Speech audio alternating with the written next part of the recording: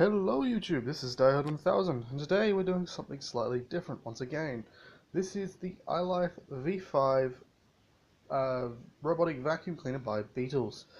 Overall I'm going to rate this, robotic vacuum cleaner by probably its effectiveness, overall quality of the robot itself and its actual uses. So, this is the robotic vacuum cleaner itself. This has been used for about 3 weeks now. Sorry about the actual lighting quality. It's a little bit dark today. So the actual overall effectiveness of this. So yeah, whenever you're telling this thing to go home, it is quite terrible. You would think that they would have it connected via Bluetooth initially, which would then mean it actually has a lot of wall penetration, but it's actually connected via IR. And the actual IR seeker, once I turn the robot off, as otherwise it'll try to go back home, is actually right at the front here. So IR bar, it stops rolling away from me. So IR bar, there's actually an IR sensor right in the middle here that directs it to this, which has its own IR sensor here, which then this here decides, let's go back home and line ourselves up with that. So the moment you're away from this area, it won't work. So yeah, I'll grab the remote. Alright, we're back to the remote. So if I turn it back on, by the way, this is a remote. So you can click clean or clean them.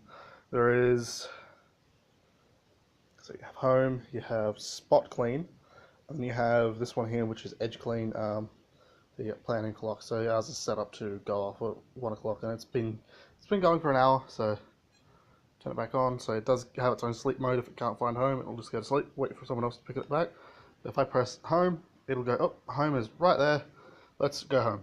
And you can see it going there now. I can actually, when it's in cleaning, I can redirect where it's going by these 4 buttons here, and home it goes. So it does manage to go home by itself. It doesn't have, or it doesn't seem to have, the ability to remember a room. I can't remember where I remember seeing that on this product, but it does not have it, so a little bit of pain there. It can, it can wipe down tiles. It has a small microfiber cloth for the back of it, and there are some mounts on the bottom that I'm not going to show you. Overall, it's a useful robot. It's not something that will completely replace HEPA filter. It's dirty. They give you 2 replacement HEPA filters, and you have your standard filter in there, but the HEPA filter actually gets quite dirty no matter, because the filter in there fills up with a lot of dust very quickly. It does pick up a lot of dust. We have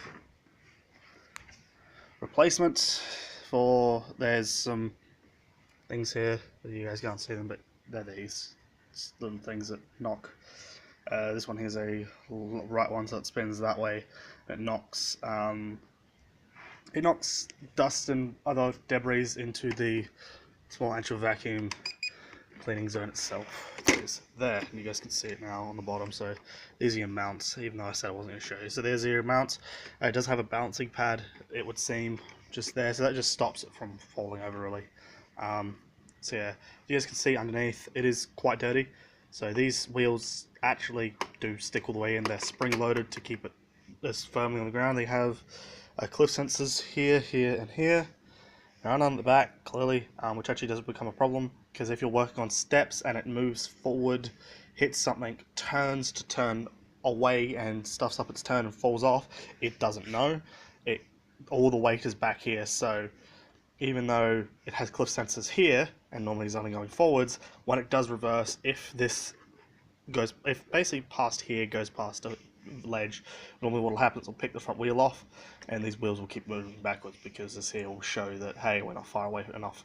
So overall, I'm not sure why these here are so indented. So they knock up against these, they get damaged quite rapidly. As you guys can see here, they're bent, they pick up a lot of stuff, they get tangled in things. So something else here, a piece of carpet, seems that it's just picked up and has got itself caught with. It's only a very small nozzle, and a very small opening for debris and dust and whatnot.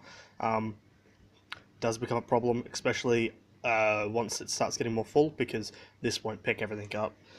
It does state not to use it on water, which does become a problem because if you're putting a mop head on there, you're wetting the mop and it will go back over it, so it will suck up water that is left behind. As long as you leave it more as a dry mop, you're fine, but overall, if you're using a mop, you're not going to leave it as a dry mop. Overall, how do I rate this? Pretty poorly, actually. This is not actually a steering wheel. You'd think it was. You just think this would go forward, but this is just actually a free spinning wheel that just sits on the ground and allows it to do its turning and whatnot. These do all the turning. Overall, the amount I rate this for overall effectiveness, 3, which is pretty poor. For actual usefulness, I'll admit it is pretty useful. It does its job, does exactly what it's designed for. If the tank is a little bit small, the tank is only 250 mils, so it can only hold 250 mils worth of contents, so it's pretty poor wise by that, but otherwise the fact it has a timer system on it, I find quite good. So the fact that it does tell you if it's switched off, so there's an on-off switch.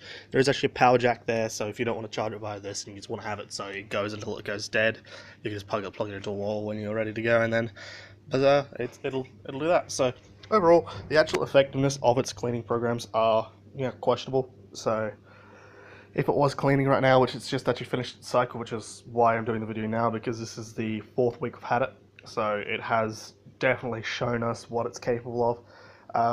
We've actually had to change the layouts of the rooms so that way it doesn't actually get stuck on certain objects. So there's a cabinet it would get stuck under. It could go one way but it couldn't come out even though it knew it could go out, so yeah, just dropping the remote. But overall it would get stuck behind certain things, it gets caught on everything, so overall usefulness, as I said, it's a bit better than the actual effectiveness, so about a 4. For usefulness. For the first week and a half, we never actually had to vacuum because it was doing its job properly, but I believe the actual vacuum motor in it is losing its power, so yeah, and for the size of the house, it has done its job well. Every 10 minutes we do need to empty it out and put it back on, so overall, I would rate this a total of 3, so if you guys are just looking for something cheap, because we picked this here up for a 125, I think it was,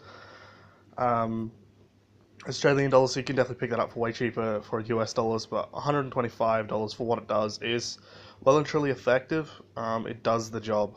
So if that's all you guys are looking for, I would somewhat recommend it. There are newer versions which are slightly more expensive, which we are going to be investing in another one, which I am buying, which is the ILife V7, which actually has its own system of virtual walls. So this here doesn't use virtual walls. It just goes where it wants, really. It does get stuck under anything that it can detect. So the actual bumper bar itself isn't an override, which it should be, which is one big problem because that should be overriding when the bumper bar touches something. Even if the IR sensor doesn't detect it, the bumper bar should make it stop. But in the situation where that couch is, the moment the bumper bar touches something, it actually just pulls the robot straight down because the robot's still going, but I can still go through here. I can't see an object until quite a ways away, so that is a problem as well. So it is painful in that method. So yeah, overall score 3, usefulness getting there. Yeah, overall, as I said, I would recommend it if you're looking for something really cheap, but otherwise, if you have a bit of extra spare cash, I would recommend going for another product. Thank you guys for watching, and talk to you all next time.